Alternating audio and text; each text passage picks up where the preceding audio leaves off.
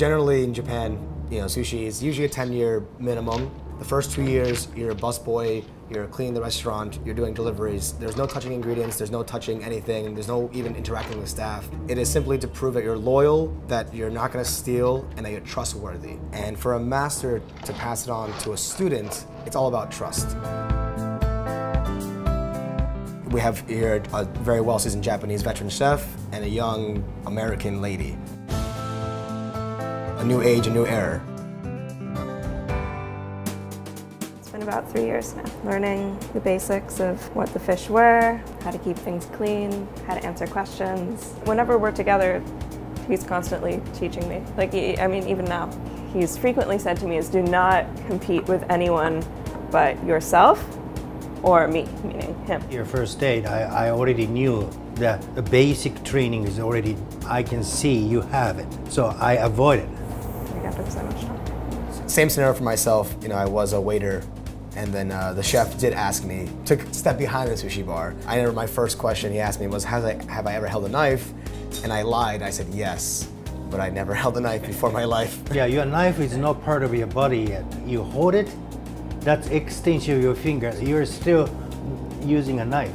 When you're a waitress and you make a mistake, obviously you're in trouble for something and making a mistake. When you're in a sushi bar and you make a mistake, the guilt for making the mistake is so much greater behind the bar.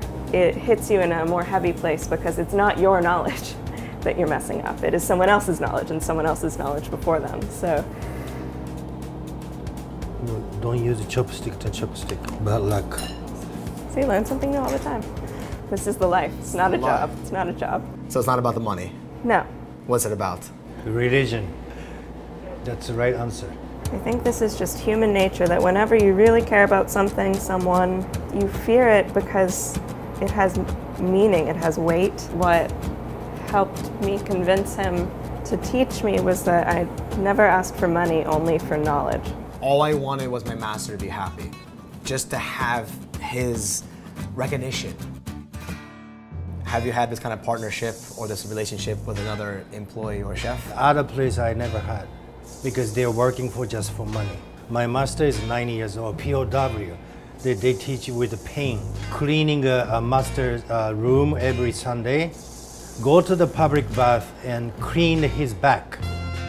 Apprentice is not the right word for me. It was a slave. But he taught me how to love the food. That's most important to me. For me at 18, being American guy behind a sushi bar, there was a little phobia. A customer said, I cannot eat his food.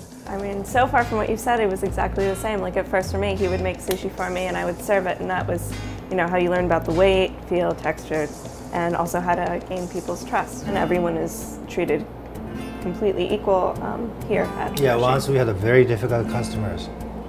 Yeah, I do not want to eat female chef's sushi. So. But I said, doesn't matter female or male. I asked her to make sushi, so she's okay. So you don't want to eat her sushi? I will not make your sushi either. You will go home. That was my answer.